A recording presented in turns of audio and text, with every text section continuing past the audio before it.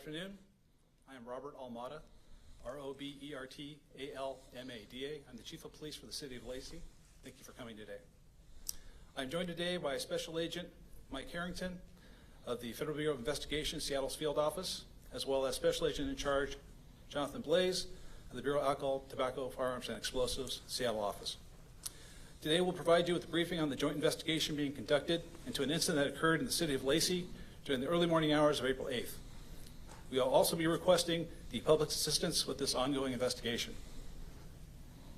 At approximately 1:34 a.m. on the morning of Tuesday, April 8th, the Lacey Police Department was notified of several calls to 911 reporting that a large noise or explosion was heard in the area of the 600 block of Sleeter Kinney Road Southeast in the City of Lacey. This area is a commercial district of retail stores with a large parking lot where a Tesla charging station is located. Officers arrived on scene and observed significant damage to the charging station.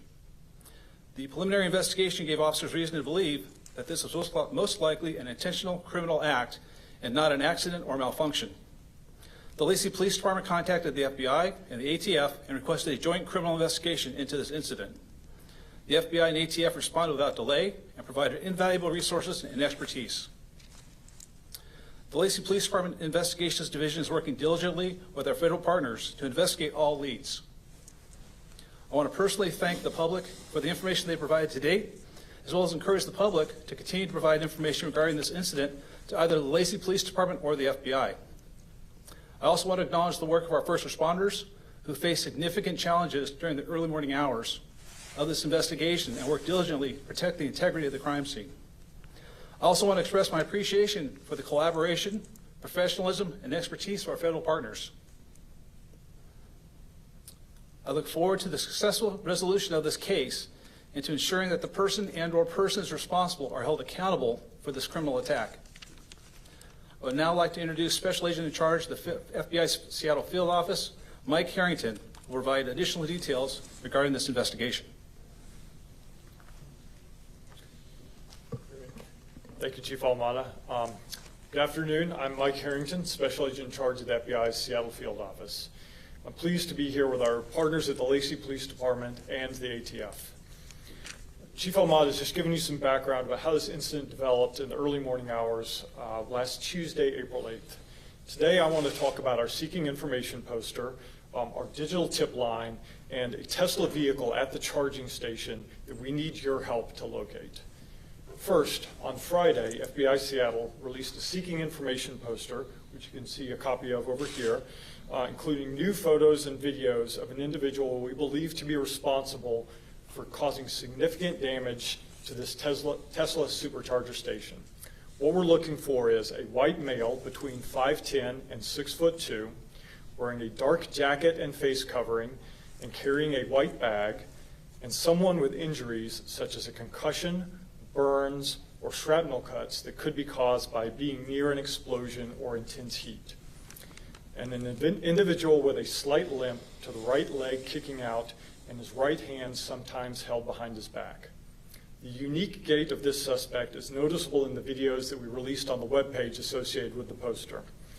The injuries will not be present in the videos as they were captured before the incident occurred, and any potential injuries.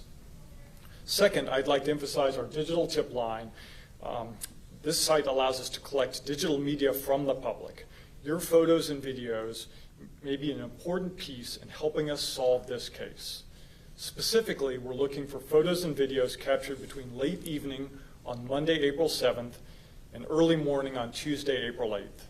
We're looking for photo or videos taken around the South Sound Center, including the Target and Kohl's stores, the Chehalis Western and Woodland Creek trails, or any location on the trails in the Lacey Olympia area. Please err on the side of sending us the footage if there's any doubt.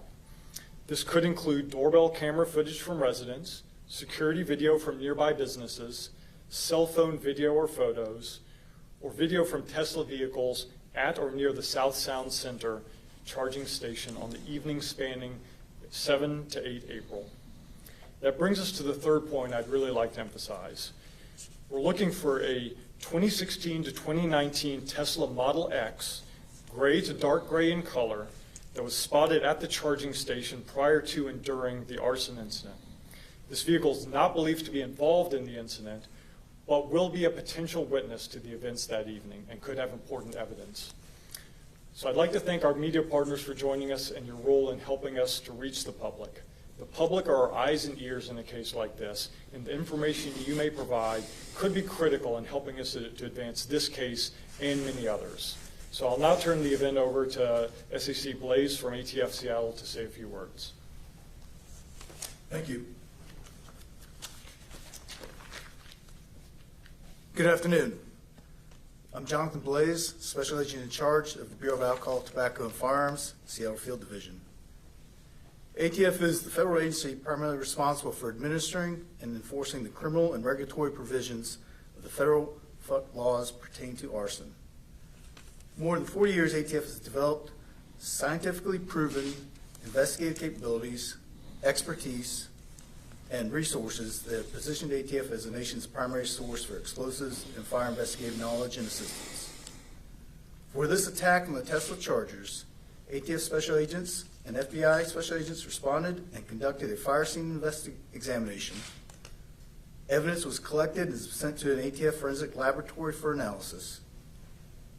The ATF Seattle Field Division has worked with our federal, state, and local enforcement partners to investigate multiple attacks against Tesla facilities and vehicles in both Washington and Oregon this year. While we hope there are no further attacks on Tesla vehicles or property, we stand by to support any investigation if another one occurs. Thank you.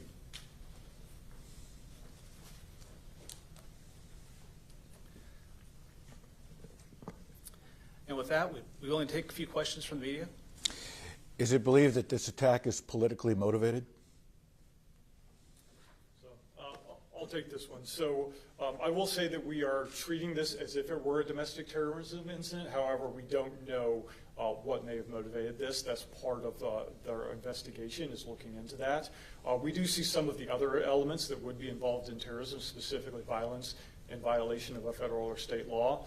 But that intent piece is what's going to eventually determine that, which would have to have some sort of intent to coerce the U.S. citizens or to influence U.S. policy through violence or coercion. So that is one thing that remains unknown at this point and will until we're able to really dig into the motivations behind this. Mike, can you tell us a little bit more about the witness model that was there? Where was it? What it could have possibly seen, where it was positioned? Right. I don't know exactly where it was positioned, but it was at that charging facility. And so we do believe that there's potential that if somebody were in the vehicle or the vehicle itself recorded some video, that would be very useful to our investigation. And was that car damaged at all during this explosion, or did it happen right before this explosion, or what's the details in that regarding with that potential witness? Right. I don't believe there was any damage to the vehicle, so it would have been placed far enough away that it would not have seen damage. But still, it is close enough that information that driver could potentially provide would be very useful to our investigation. And was that a charging station, or was it just parked in the massive parking lot and kind of near it, or what? Right. I believe it was at the charging station. Do you know what time it left? We don't know that. Regarding the explosion, is it believed that some type of bomb was used, or was it a fire that was set that caused the explosion? I would maybe have ATF address that one. Thank you. It's part of the investigation, and that's the reason why evidence was sent to the laboratory for a final determination to be made by the scientists at the laboratory and the investigators to make the causation of the fire and make the final determination on the causation of the fire and explosion. Jonathan, have they given you any kind of timeline when they might have that answer? No, they have not. How was the fire started? That's going to be part of the investigation and part of the evidence that's sent to the laboratory for analysis. They'll make that final determination. Was it on fire when police arrived? I believe I'm turning this over to the chief for that answer, for his response. There was no active fire when we arrived. That's why Lacey Fire was not called to the scene. When the officer did the initial assessment, it was clear there was a lot of damage and panels had been blown out, but there was no active fire. And what exactly was damaged itself? Just seeing some of the video, it looked like it was kind of that white thing next to the charging stations, and then maybe one particular charging unit was damaged, or what can you say about the damage or the cost that was? That's a pretty accurate description. So the transformer blew out, the big box right there blew out. One of the actual charging station bays was involved. And we saw that it was just repaired recently. When did that repair take place, and was Tesla on the hook for that, obviously? Were they the ones who repaired it immediately, or? It's Tesla owned, so they repaired their facility. I don't know about cost. Was this an amateurish attack, or are there signs that this was sophisticated? The investigation's ongoing. Is there more than one suspect? I can address this. So we're only aware of one suspect now. However, we're not ruling out that there could be an accomplice. In this sort of incident, sometimes we do see that. So it's possible somebody else is involved and could have helped with the preparation, potentially getting the suspect who actually approached the device to and from the location. So if anybody out in the public has any information, not only about the person we're asking about, but anybody else who could be a potential accomplice in this, we'd certainly be interested in hearing about that. But that's really just a possibility we're keeping open at this point. Can you explain their unusual gait? This happened before the explosion, not after? That's correct. So this person, when approaching the location, already had this unusual gait, which if you or the public goes on to the website that we've put up, you can actually see some videos that show that gait. So that was pre-existing before they actually conducted the attack on the thing. And then there may be potentially additional injuries post-attack. Can the FBI share any surveillance video of the actual incident taking place, or that suspect doing the alleged crime, or anything like that that we can share with our viewers? Right, so the best video that we have, we've put up on that website, so it is available for anybody in the public to stream from our site. They can look at the poster, they can look at the video, and then determine whether they have anything that kind of fits our investigation that would be of use to us. In asking for help from the public to review their footage, I guess before it purges out of their home systems, have Lacey police officers or any agents had the time to canvass areas, or have you done what you could and now you're just reaching out beyond that? We've taken some investigative actions to that extent. I would maybe let the chief address what they've done. So immediately after the incident, we paired up with our federal partners. We canvassed the area for available video. We obtained a lot of video from a lot of different businesses in the area, a couple of Teslas that were parked in the area, things like that. We continue to gather video, so it's an ongoing process. The video that's on the website right now, what did that come from, and where did it come from? As part of that canvas. As a general question, why is it so important to catch the suspect? Well, we don't have a lot of incidents like this in Lacey. It's pretty significant when we have this type of explosion occur, and it's very important that we apprehend the suspect and get him into custody and make sure there's no further incidents. Especially since this is being treated as domestic terrorism. Yeah. I can maybe Sure. add a little on to that. I mean, like I said, we're treating this as if it is presumptively domestic terrorism. We don't know the motivation behind this, but if it is a terroristic motivation, then we would expect somebody to potentially do this again. And in this case, it was property damage. What we would really hate to see is if somebody were injured or even killed in one of these incidents if it were to continue. How about one more question? Any indication how the suspect left the scene, given his unusual gait? Right. We did see the suspect leave the scene on foot, but that's part of what we're trying to fill in with some additional video is once he left, what we've been able to see from the existing video, where he might have gone from there. And which direction was that? I'm not entirely sure about that. Southbound on the Chehalis Trail. Right. Southbound on the Chehalis Trail. Yes. Thank you. Okay. Thank you.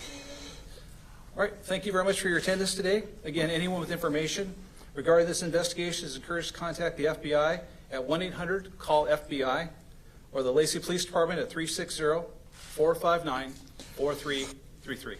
Thank you. Okay.